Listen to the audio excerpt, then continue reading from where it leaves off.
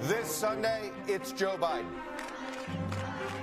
Celebrations break out around the country as Joe Biden takes Pennsylvania and the presidency. We came here to celebrate democracy. We are proud Americans. I am so excited. I was so nervous the past couple of days. I can breathe for the first time in 4.5 years.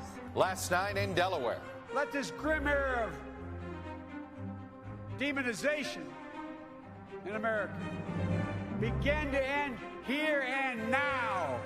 May be the first woman in this office. I will not be the last. President Trump insists the election is not over, making baseless claims of fraud. If you count the legal votes, I easily win.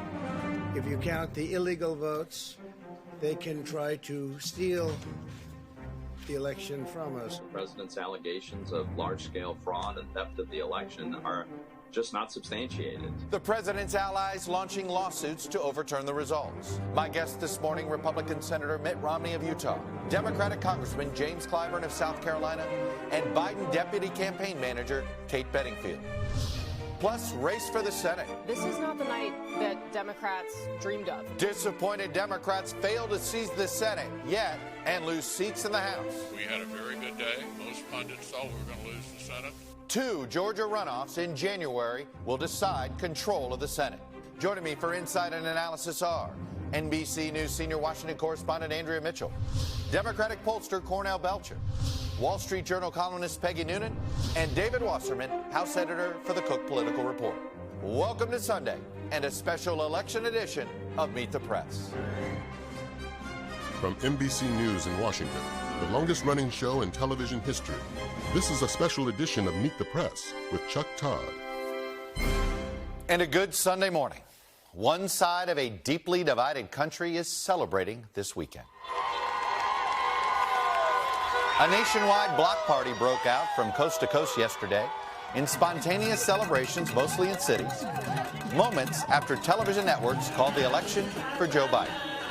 We love Joe Biden. It's the election of our lifetime. It impacts our future so much, and it just means so much that it's happening. We did it. We did it. Ecstatic. I'm ecstatic. Like, that's it. Like, it's electricity going through my body at this very moment. Last night in Delaware, the new president-elect and Kamala Harris addressed supporters and the nation. Now, let's give each other a chance. It's time to put away the harsh rhetoric, lower the temperature, see each other again, listen to each other again. Perhaps by now you know the story. Biden won by rebuilding, barely, the Democrats' northern industrial blue wall, taking Wisconsin, Michigan, and Pennsylvania, all of them narrowly. After all, Wisconsin's technically going to be a recount. And more importantly, adding, it looks like, perhaps, 2 Sunbelt states, Georgia and Arizona. Of course, those races are not called, but Biden leads in both. Biden is heading for a solid, if unspectacular, popular vote victory, somewhere in between Barack Obama's 2008 and 2012 wins. But the raw vote is quite impressive. The big lesson of this election, 2016 was not a fluke. It was a signal. While voters rejected President Trump, the individual, he still won far more votes than last time, and it was hardly the wholesale rejection of Trumpism that Democrats had anticipated. Still, the president, who has yet to concede, is refusing even to admit that he lost. He's claiming that illegal votes put Joe Biden over the top, which is false. He's claiming that Joe Biden is rushing to falsely pose as the winner. That is not true. And that he actually won the election and did so by a lot. Well, that's wrong. And as you can see by these numbers, by a lot. In that spirit, President Trump and his allies have launched about a dozen lawsuits to overturn the outcome of the election. We've got the story covered this morning, from the presidential election to the Senate control to the House. And we're going to start with 2 reports, beginning with NBC News White House correspondent Kristen Welker, who's at Biden headquarters in Wilmington, Delaware. So, Kristen, they want to signal that the work of the presidency begins now. What are you learning? That's right, Chuck. That is very important right now. President-elect Biden aiming to show action on a key campaign promise, winning the fight against COVID. We are told he is going to officially launch his transition tomorrow and also announce a task force that will be led by 3 co-chairs, including former Surgeon General Vivek Murthy. He will also, I'm told, we're told that on day one, Biden will sign a slew of executive orders aimed at reversing key parts of the Trump agenda, among them rejoining the Paris Climate Accords, reversing the withdrawal from the World Health Organization, repealing the ban on immigration from Muslim-majority countries, and also reinstating DACA. Now, it is notable that several of those are focused on restoring the United States' relationship to its traditional allies on the world stage. So, Chuck, the work begins immediately. And Kristen, I am curious, what is it that Joe Biden and the Biden campaign, how quickly do they think they're going to be able to start having a cabinet ready to go, at least present to the country, even if they don't know what Senate they're going to be presenting it to? Yeah, it's a very good question. We are told likely in December or late November. So that is going to be a key focus moving forward. And of course, trying to find people who will be confirmed if, in fact, the Senate is controlled by Republicans. And that's really going to be a key part of what President-elect Biden is trying to do, his most urgent challenge. In addition to all of his policy initiatives and goals that we just talked about, he's going to try to unify what is a deeply divided nation. He knows that his challenge will be reaching out to the 70 million people who voted against him and for President Trump. He's going to do that with his messaging. We saw that on display last night, right, in his remarks when he said he was going to be a president for all people. And he's also going to aim to reach across the aisle to work on legislation, also to build his cabinet.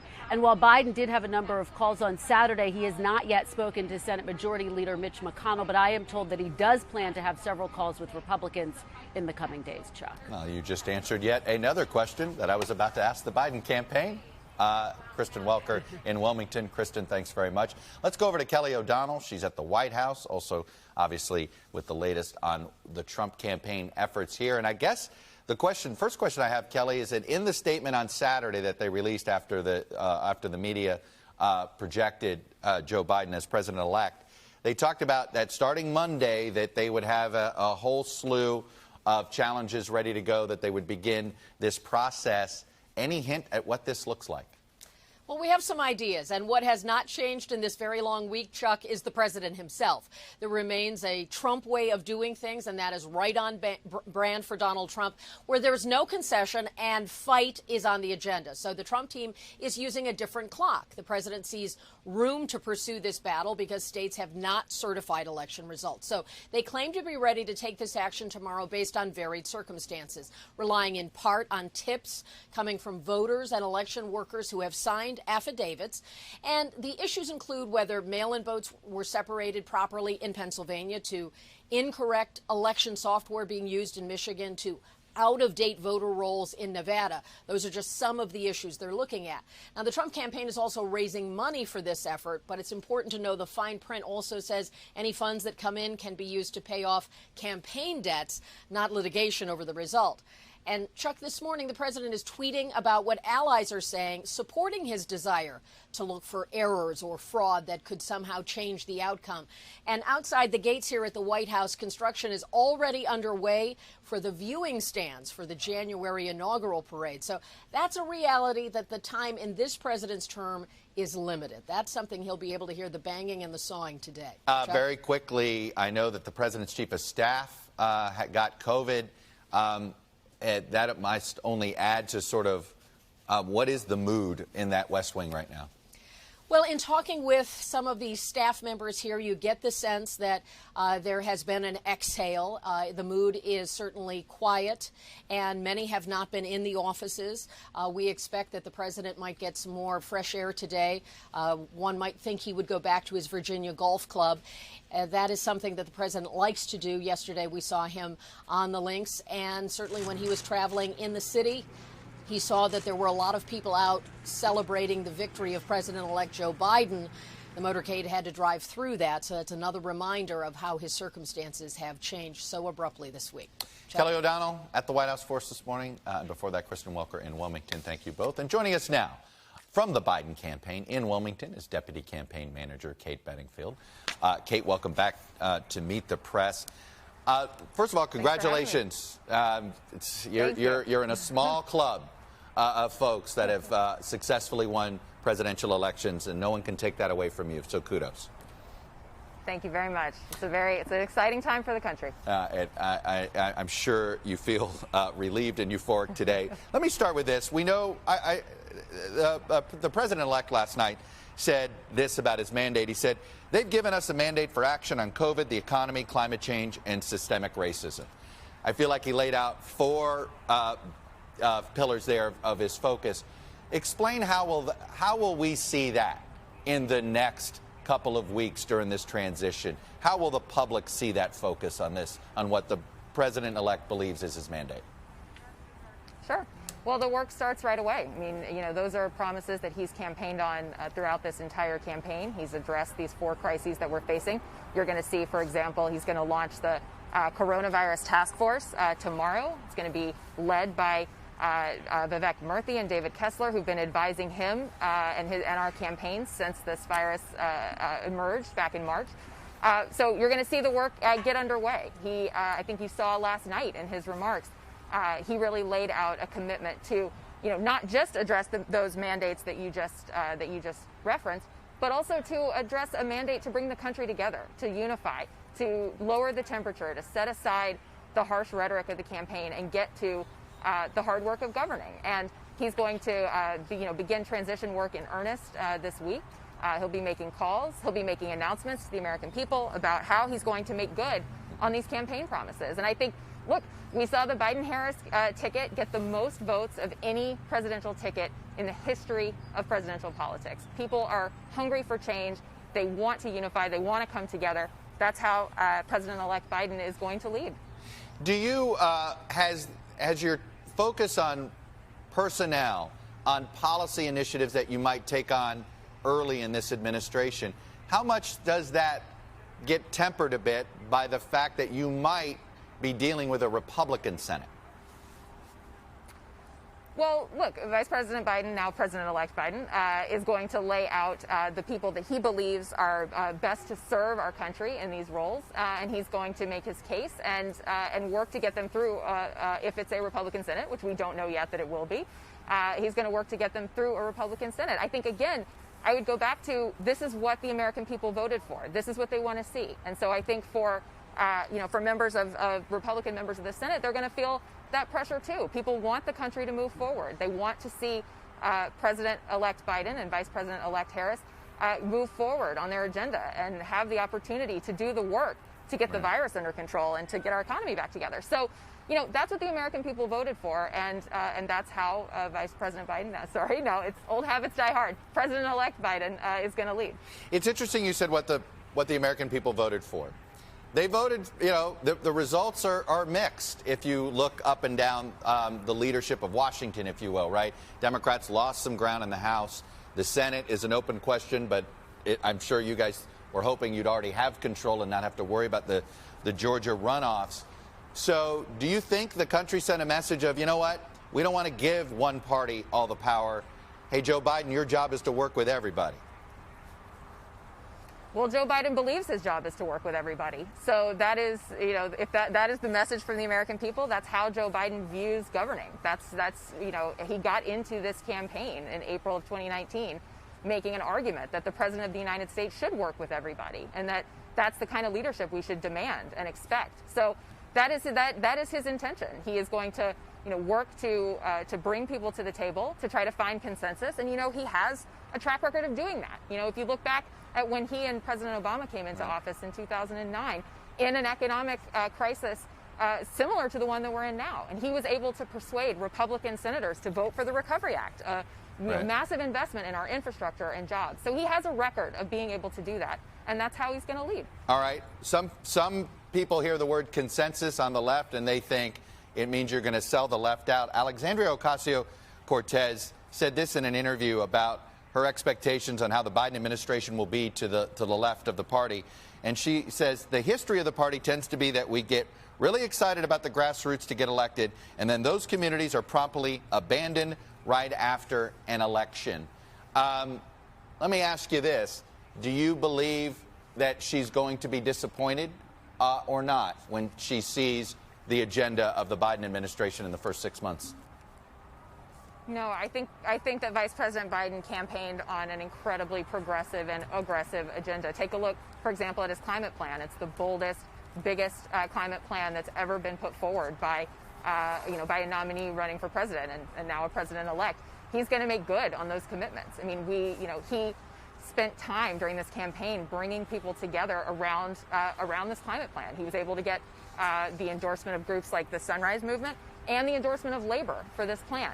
It's a big, aggressive plan. It's the perfect example of the kind of big effort that he is going to make to meet this moment and to meet these crises that we're in. Kate Bedingfield, the deputy campaign manager for the Biden-Harris ticket. Thanks for coming on. And again, congratulations. And we'll see you soon. Thank you very much. Thanks for having me, Chuck. You got it. And joining us now is Republican Senator Mitt Romney of Utah. Senator Romney, welcome back to Meet the Press. Thank you. Let me start with a simple question. What did you learn from the voters on Tuesday night? Well, I learned that Republicans picked up seats in Congress, held on to the Senate, picked up state houses across the country, but we lost the presidency. And so it's a bit of a mixed message. I think people are saying that conservative principles still account for the majority of public opinion in our country. I don't think the American people want to sign up for the Green New Deal. I don't think they want to sign up for getting rid of coal or oil or gas. I don't think they're interested in Medicare for all or higher taxes that would slow down the economy. But they do want to see a change in leadership in the White House, apparently, at this stage. And so it's a message which says, all right, a change in leader, but we're not going to be turning a sharp left turn in terms of public policy. So what do you believe Joe Biden's mandate should be? You heard what he thought his mandate was last night, bringing the country together, number one, and then he talked about some issues that he wanted to focus on. But what do you believe his mandate is? Well, I believe he said it last night, which is he does want to bring the country together.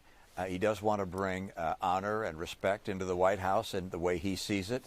He wants to be a man of character. He is a man of character. And I think these are things which he thinks are very important, both here and around the world. In terms of policy, I'm sure he'll have his own agenda. But he worked in the Senate long enough to recognize that there are two parties, that things have to be done on a bipartisan basis. And the more extreme wing of his party is not going to take over policy in this country. That's not where the American people are. And if he tries to go in that direction, why, I think he'll fail, because we conservatives will make sure and stand up for the great majority, in my opinion, of the American people who believe that conservative principles serve us better. But he indicated he wants to work on a bipartisan basis. We're ready to do that.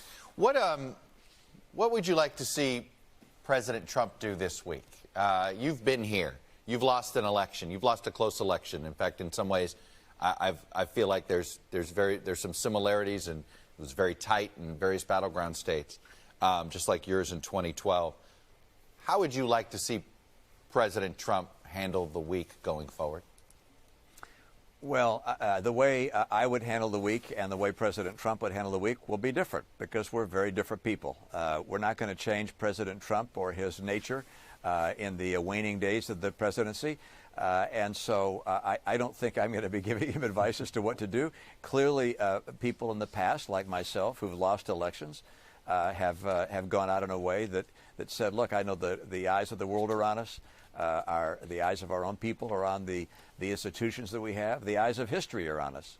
And in a setting like this, we want to preserve something which is far more important than ourselves or even our party, and that is preserve the cause of freedom and democracy here and around the world.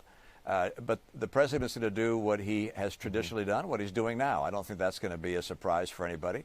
And by the way, he has every right to call for recounts, because we're talking about a margin of 10,000 votes here, or less in some cases. And so a recount could change the outcome. He wants to look at irregularities, pursue that in the court. But if, as expected, those things don't change the outcome, why, he will accept the inevitable. Is there a point where pursuing that strategy undermines the democracy?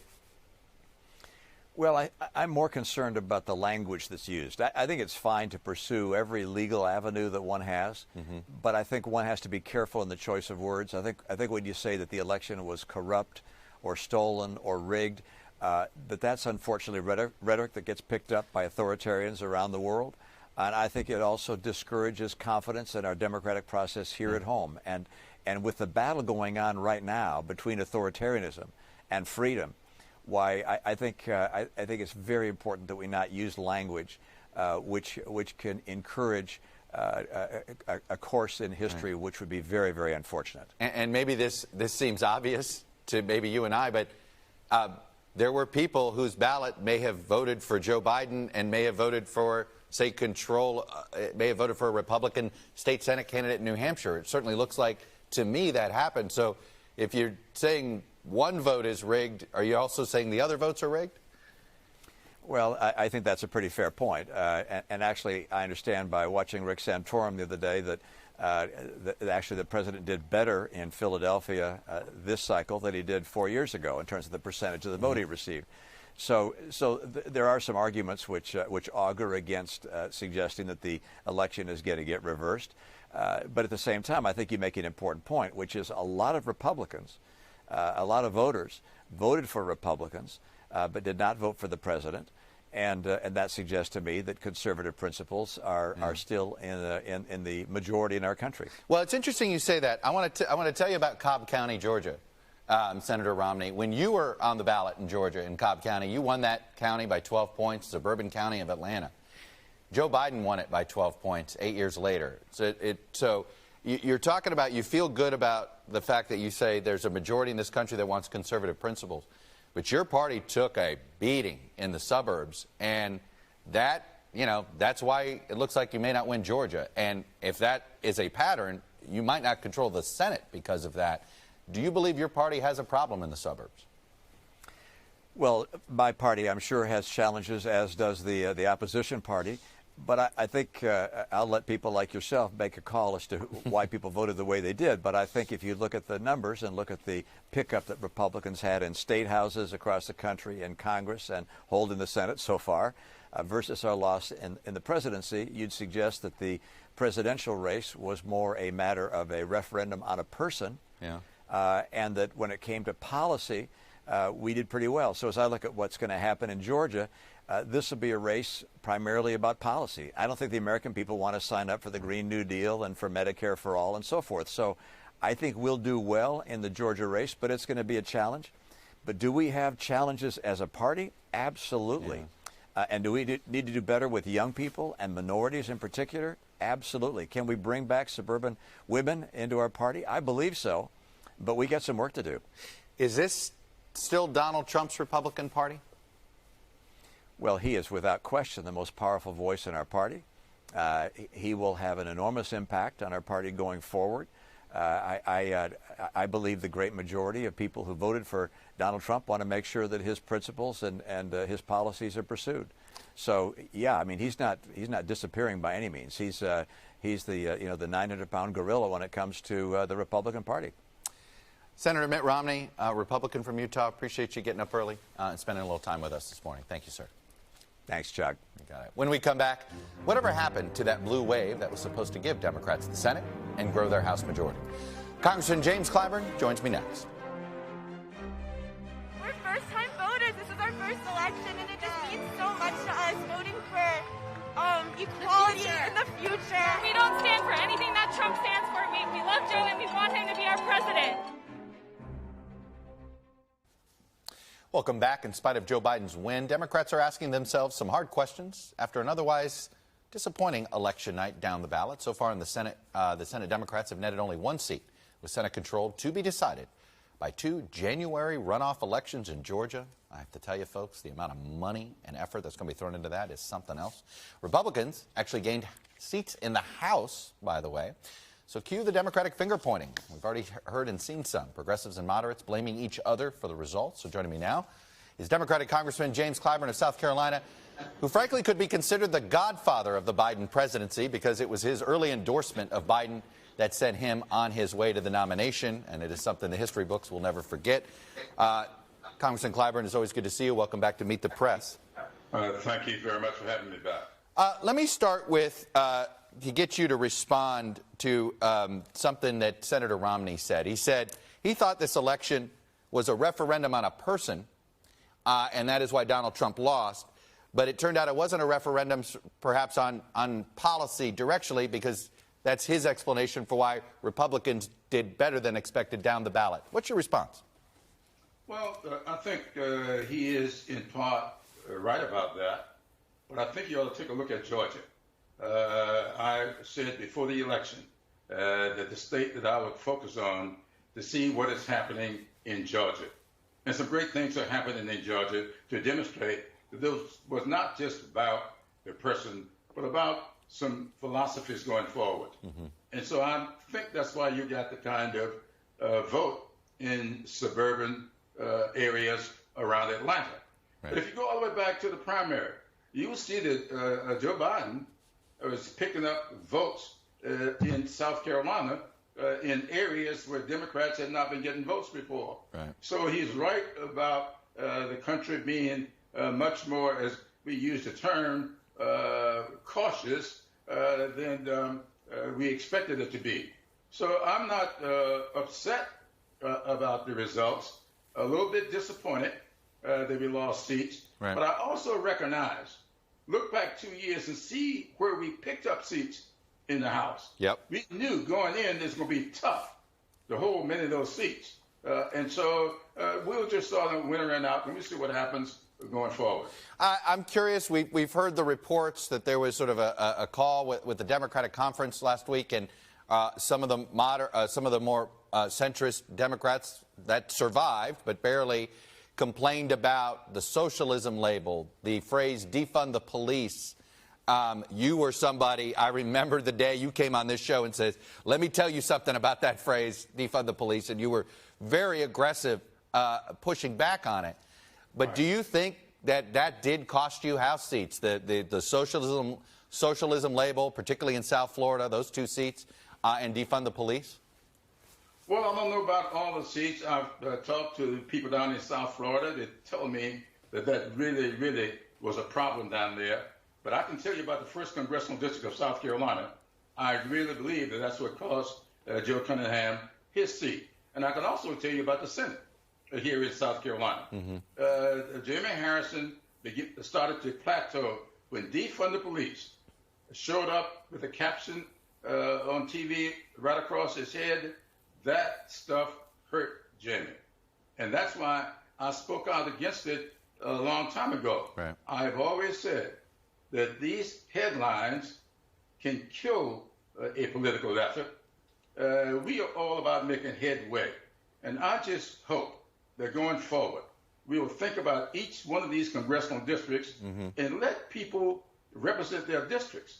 You know, Joe Cunningham could not get elected in my district, and I can't get elected in his. Right. So let's recognize that people should reflect that diversity in our country. Let me get you to respond to something that Congresswoman Alexandria Ocasio-Cortez said in an interview this weekend. She said, the last 2 years have been pretty hostile. Externally, we've been winning.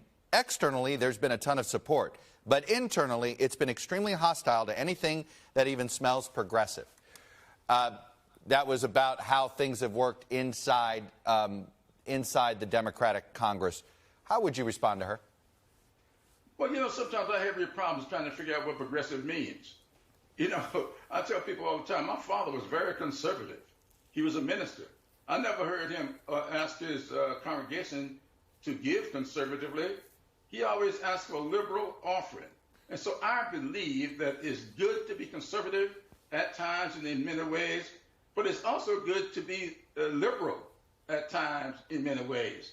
And so you have to balance all of this out. Now, some people refer to me as being moderate. I've been called conservative, and I've been called a flaming liberal. What would we call John Lewis? You know, anytime you challenge the status quo, you're looked upon as being liberal. No, you just want to be a part of what's going on in this great country, the country that you've helped to make great, and that's all this is. So I don't get hung up on labels. So I don't know what I am. I'm an American, a very proud American, right. And I'm a Democrat, a very proud Democrat. So I just want us to be Democrats in the big tent, and these labels I reject. And right now you've been my guest here on Meet the Press. Democratic Congressman Jim Clyburn from South Carolina. I always appreciate when you come on and share your perspective with us, sir. And again, on Joe Biden, look, he was your guy from the beginning. Congratulations on that, sir. Thank you very much. Got it. When we come back, what did the election just tell us about our divided country and our chance of healing? Panelists next. We did it. We did it, Joe. You're going to be the next president of the United States.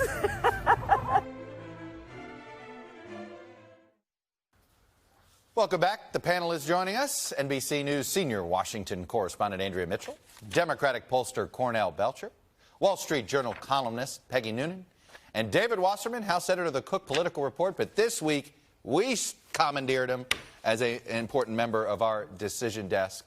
So, Mr. Wasserman, I'm actually going to start with you because you are a guy that looks at American politics granularly from the ground up. And in some ways, you're also able to, I think, answer this question. You heard Mitt Romney essentially make one argument that said, hey, this was a referendum on the president, but it was a confirmation that this is a country that still has maybe leans to the right there. Is that what we learned from this election? What did you learn from this election? Well, first of all, Chuck, after all we've been through as a country in the past year, there are many parts of the country where the vote didn't change very much. And for all the talk of wanting to bring the country together, this election resulted in more polarization in a lot of states. I kept track of the past 20 years elections of what percentage each major party nominee won of counties with a Whole Foods Market and a Cracker Barrel Old Country store. And in 2016, when Donald Trump won the White House, he carried 76% of counties with a Cracker Barrel and only 22% of counties with a Whole Foods, a 54-point gap. The gap had been 19 points in 1992. Well, in this election, based on my preliminary calculations, Joe Biden won 84% of counties with a Whole Foods Market and only 27% of counties with a Cracker Barrel. So that 57-point gap is even wider than the one that we had in 2016. The irony of President Trump's attacks on Democrat-run cities is that they were some of the few places where Trump's vote share was actually a little bit higher than it was in 2016. In Philadelphia, Detroit, Milwaukee, the early evidence suggests that he actually slightly narrowed the margin, not by much, but there are some reckoning signs for Democrats moving forward with regard to share of the Hispanic vote in particular. Cornell Belcher, I will say this. What you heard there, it was interesting, and I know you do a lot of work in South Carolina. You've done some work in some of those races there to hear Congressman Clyburn talk about sort of this mixed result that the Democrats got. And what's interesting, it sure looks like we just reran the 2016 election, and Gary Johnson voters voted for Joe Biden. No, I think that's right. To a certain extent, Chuck, though, we keep rerunning the same election over and over. Look, what did Donald Trump get? He got 57% of the white vote, which was just in line with what he got in 2016. What did George Bush get? He got 57% of the white vote. What did Ronald Reagan got? He got 59% of the white vote. What's changing are the demographics. Right. You know, 57% of the white vote in 84 was a Ronald Reagan landslide. 57% of the white vote right now is different. And to me, and we can talk about economics all we want, but to me, what you see is two Americas coming together and fighting over the future. There is certainly an ascending America versus a culturally anxious America. And I think that is sort of the two battle lines that we're looking at right now in this country as we face perhaps a cold civil war between those who are anxious about the changes that are happening in America and those who are part of the changes that are happening in America. So, Andrea, doesn't this mean that we shouldn't expect a lot of change in Washington? Because in some ways, it's just, you know, that the ball got moved a couple of inches to the left, but the fight over that 1 or 2 yard lines is still the fight over 1 or 2 yard lines. Well, in some ways, yes, but I think there will be a lot of change simply because of the way the Trump White House broke lots of norms that went well beyond policy. So these are not issues that will be determined by the balance of power in the Senate even. These are issues that are determined by the affect, the way a president handles the White House, the way he communicates to the American people, the way he treats people, the empathy, the care, certainly the most important issue, I think, is the way he handles the pandemic. And I think that was the defining issue of the campaign, in fact, because if Joe Biden had not cared about masks and about science and about people suffering and had big rallies and super spreaders, I'm not sure this election would have turned out this way. Yes, he was hurt by doing a virtual campaign and not having rallies. That, along the margins, was very important. But he represented a difference to suburban women and to others who cared about the bullying noises and the communication, which Peggy Noonan, of course, knows better about than anyone else as the speechwriter that she was for the most impressive president we've had as a communicator. So I think a lot will change in ethics and in care of people and empathy. Peggy Noonan, I was thinking a lot about your former boss that you wrote for last night when I was listening to Joe Biden, because in some ways he's got to do what Ronald Reagan was called to do in 1980. We could argue about the policies and which way things are moving, but there's a sentiment that needs to be uttered out there. What did you make of Joe Biden's remarks last night?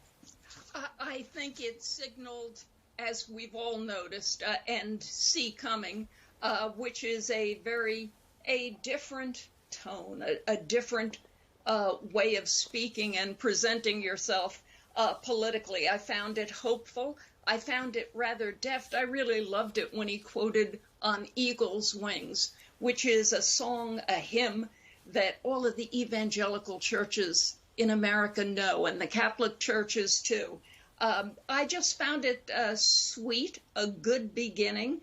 I got to tell you, I think the entire election, in a way, was somewhat triumphant, and you could see reverberations of that last night.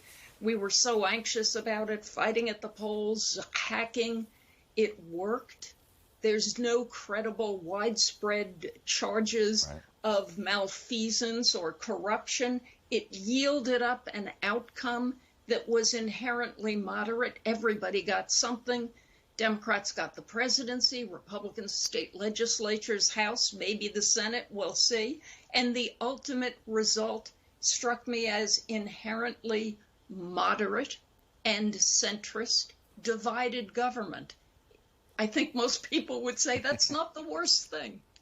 Well, we'll see. It's interesting if there's any reward for trying to work in the middle. That's been sort of the problem I think all of these elected officials had. The country throws divided government at them and then doesn't reward those who try to work in the middle anyway.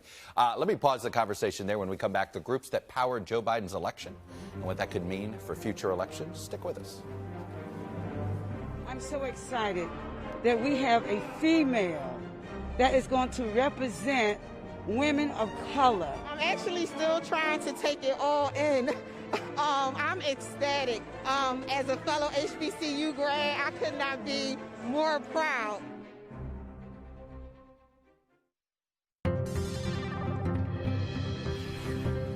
Welcome back. Data download time and a closer look at how former Vice President Joe Biden reclaimed that big blue wall for Democrats.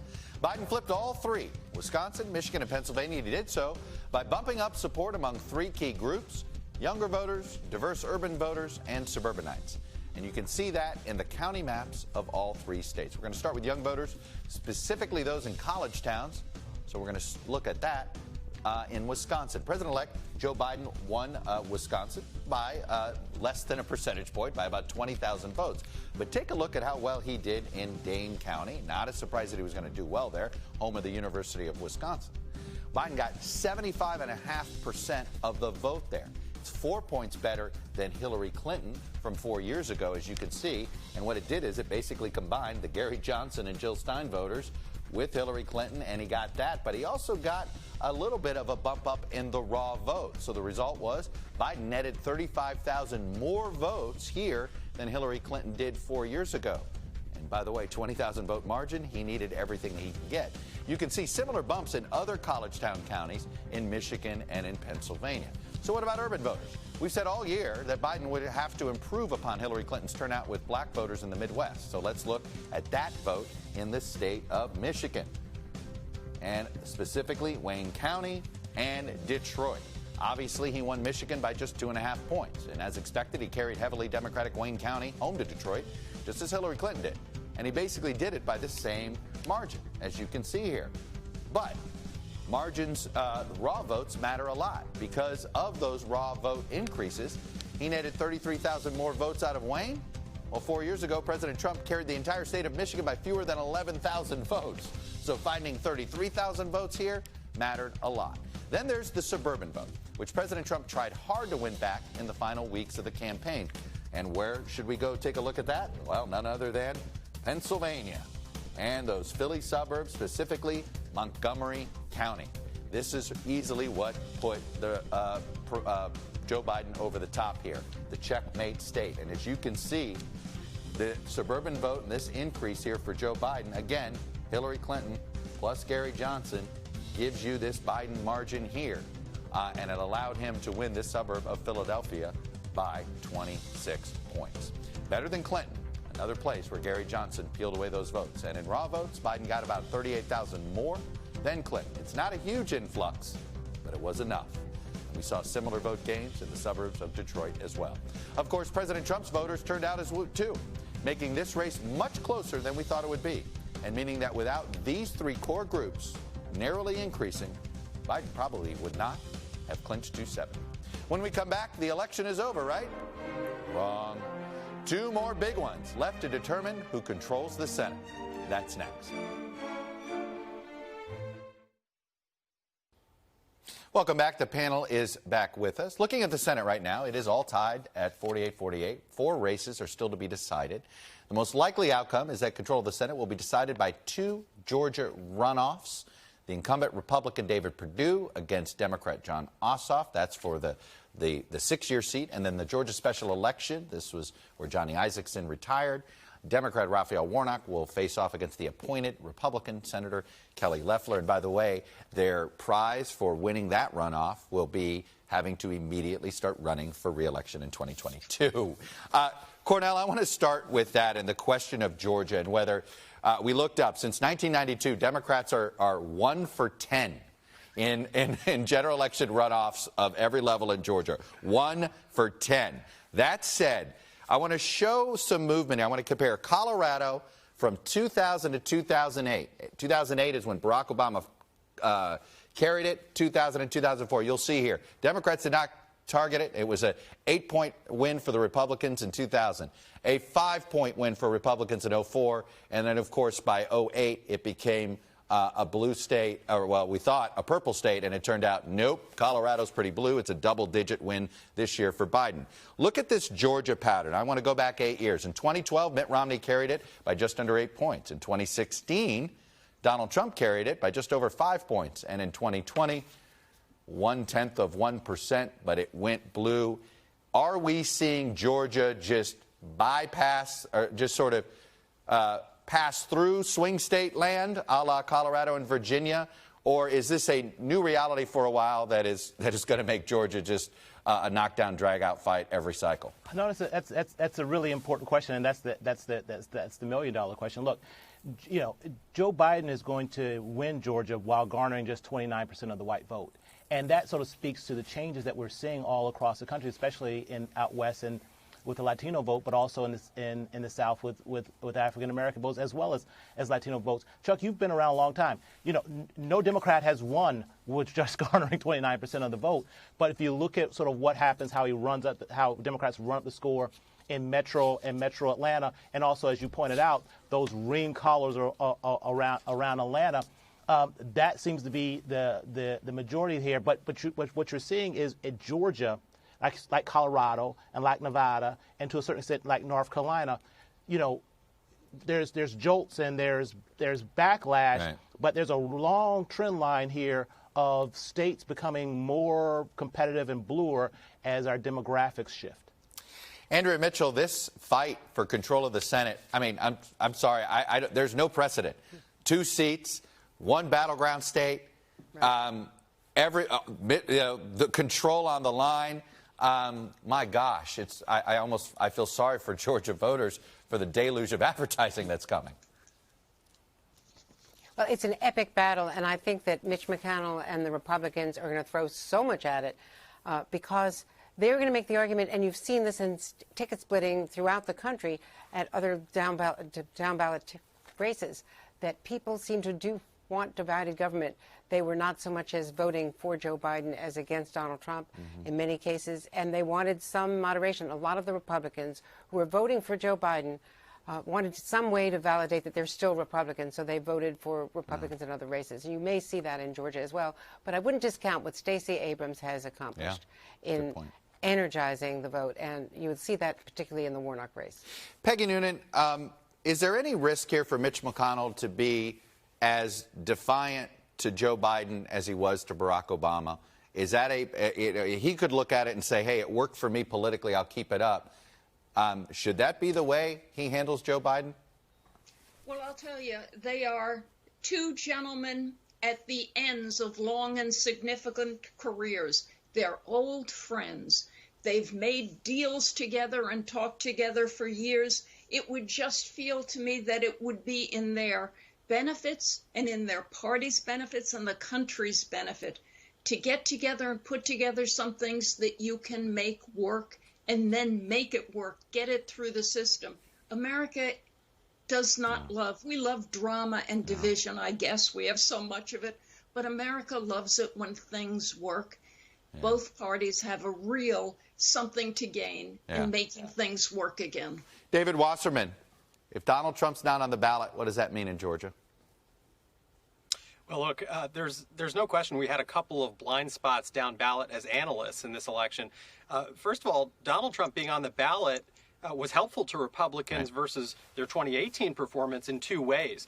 First of all, it meant that he was drawing out a lot of low-propensity conservative voters who would not ordinarily show up for a down-ticket Republican in a midterm or off-year election. But it also meant that independent voters were kind of free to take out their anger at President Trump on the top of the ticket and still vote for a Republican they like down ballot. Now, of course, the Sun Belt is becoming more metropolitan. That's a big reason why Georgia is where it is. But we'll see. We shall see. What a terrific panel. Thank you. That's all we have for today. Hey, thank you for watching. Just remember, we are 1,461 days away until Election Day 2024. So start those clocks on cable television now. We'll be there, though. We'll be there then. We'll be back next week, though, because if it's Sunday, it's Meet the Press.